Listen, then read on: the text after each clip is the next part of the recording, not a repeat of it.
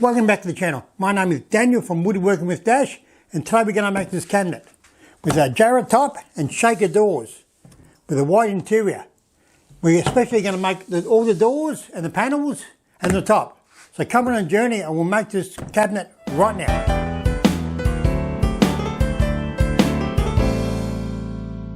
Just a stock standard sort of carcass, going to have 2 doors, 2 end panels and a top. We're going to make the doors out of Occam, which is finger jointed like you from the big box store, 18mm thick. Great. And for the centre panel, I've got some 6mm hardwood ply. It's a marine grade British standard. Look at that. So it's a very good match up with the Occam. So it'll polish up really well. The first trick is to measure. So don't worry about gaps or tolerances or anything like that yet.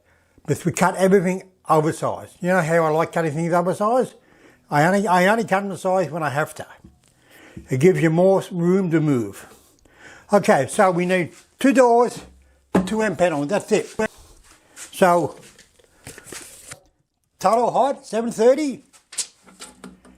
And there's 2 doors, so 764, which is 382. So we need 2 doors, the 382 by 730, and 2 panels, 1 each end, at 730 by 375. That's all you need to know now. That's all you need to know. So the first trick is to cut your stiles and your rails oversized, the 70mm thick, and leave them over length each way. And we just take it from there. We do one thing at a time. Okay, just stripping the Occam now to 70mm thick. And there it goes. And another piece. The saw is struggling a bit. I think I need a new blade. Wind it up a bit, but it still struggles. And then just dock him roughly to length. I cut all the rails and stiles oversized. And now I've set the saw up to do the groove in the plywood. I've done a test piece here. And it's just a nice snug fit. That's what you want. Maybe about 15mm deep. Or you keep turning it around so the groove ends up in the centre. Alright, just doing the groove now. Remember to keep turning it around so the groove ends up in the centre of the stile. There you go. But when I make the door, I want to make the door 7mm bigger in the height and 7mm bigger in the width. That way I can trim it all up again on the saw after it's all together. So that makes the door 737 high by 412 wide. So work on those measurements. Remember, make the door 7mm oversized in the height and 7mm oversized in the width. The long ones are called stiles and the small ones are called rails. So when you're doing the rebate, do a test piece so you get the exact size that you need for your doors. That's the best way to do it. That way you don't stuff up with the measurements, taking off here, putting on there. Just do a test piece until you can actually physically measure it. Okay, just cutting the rails to size now.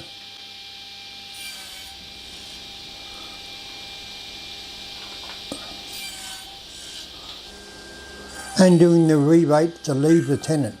I set a stop up on the fence there, and then go backwards and forward over the blade until you take out all the meat to leave the tenant. And turn it over, up against the block, forward, bend them backwards and forwards until the tenant is just left.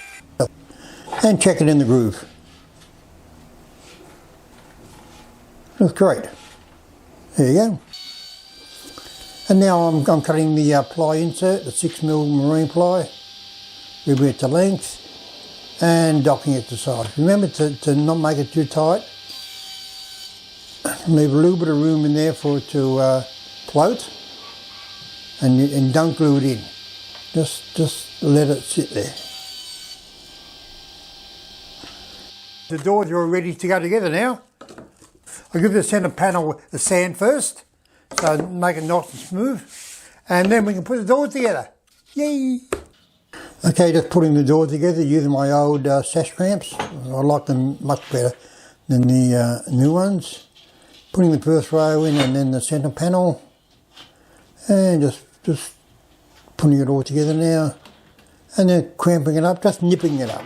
You don't need to over cramp these because you'll bend the style. Just nip it up so it's tightish. There you go. And wipe the excess glue off. Leave them in the cramp for about, I only leave them for about 10 minutes. And then gingerly take them out. And then just stand them in the corner, put them to dry, and then I can do the next door. And cutting the base now. The base has to have occam around it now. There you go. And doing the mitre on the base. Just you see the base all the way around. And just screwing it in from behind. And the post kicker there.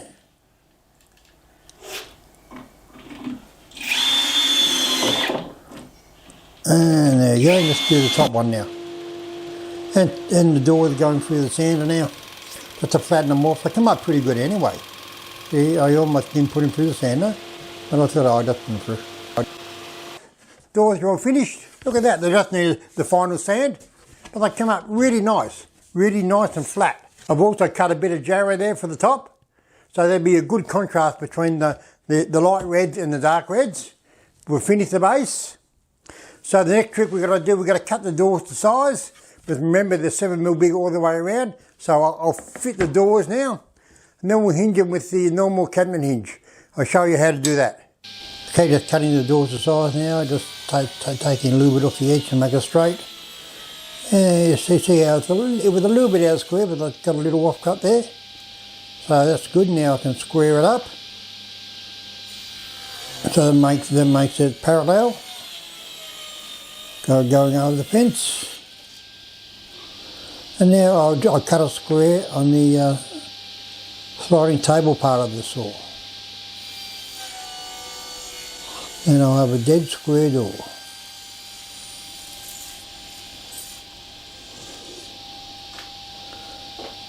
Doing the other side now.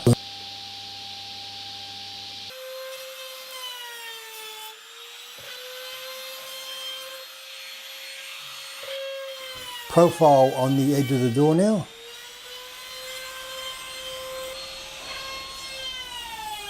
There you go. And drawing for the hinges. I come up about 100mm from each end. Make sure you don't go through the face though. Okay guys, the doors are all ready to hinge now. I've drilled the hinge hole. I put the hinge hole at 22mm in from the edge. I don't know if all the hinges are like that, but mine are like that. I put it in 22mm. And I've put a small moulding around the exterior of the door here. Just to give it a bit of lift. So it's not square edge on square edge. Okay, we're ready to hinge. Yay! Okay, ready to put the hinges in the door. Get your level, pull them up to the hinge, press them down, and that makes the hinge square to the door. Okay? Perfect. Press them down, put a screw in. And the other side now. And now the other hinge. That way your hinges are square to the door. Just put your door on the end of the cabinet and make it level with the bottom. And just put one screw in it. One screw in each side for the time being. You don't want to lean forward a bit, but that's fine. Let it lean forward.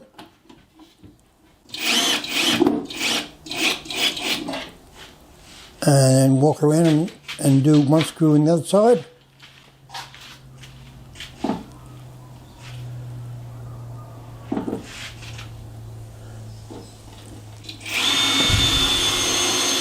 Okay, now back the hinges off with the bottom screw. Just undo that a little bit, each side. And push the door back. And then do it up again. That creates clearance for the door to close. There you go, perfect.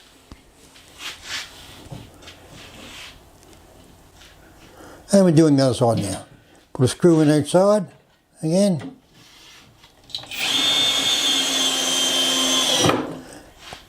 Back the door off. each side, push it back. There you go, now do it up again. And then that's it. I allow 2mm gaps everywhere, 2mm gaps each end, and 2mm gaps on the top too. This is cutting the end. Also, when you measure, make sure you allow for the door when you measure the ends. And then just cutting it to size. The panels can go full height. And just screwing them on now, just set them up. I just hold them, make sure the screws go into the rails and stiles, not the fly. I use the 30mm screws for this.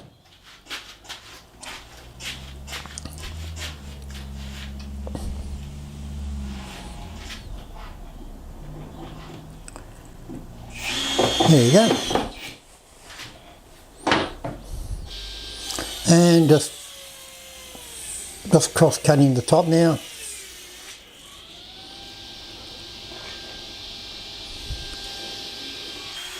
And I'm running a fairly big mould around the outside of the top now.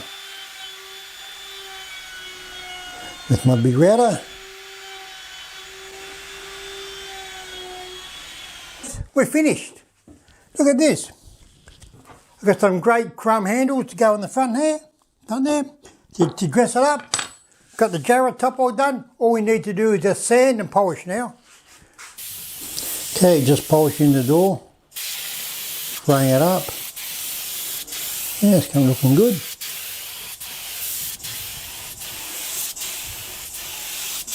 There you go. And the jarrah top. Look at the colour of that jarrah.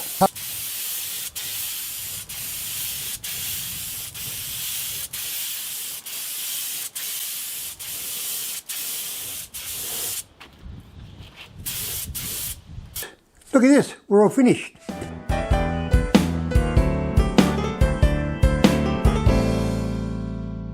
What a great looking cabinet. What a great looking cabinet with the jarrah top and the Occam doors and the plywood panels. It's got a white interior. Wasn't that hard to make, was it? When you look at the video, the doors were pretty simple to make. Anyone can make them. Have a go, guys. You'll surprise yourself. I'm going to use this cabinet in my hallway to hold my NBM stand and my modem for my computer. So that will look good in the hallway. Thanks for watching. Please subscribe and we'll see you again in the next video where we'll be making another box. Maybe not quite as big as this one, but another box that pops. See you guys.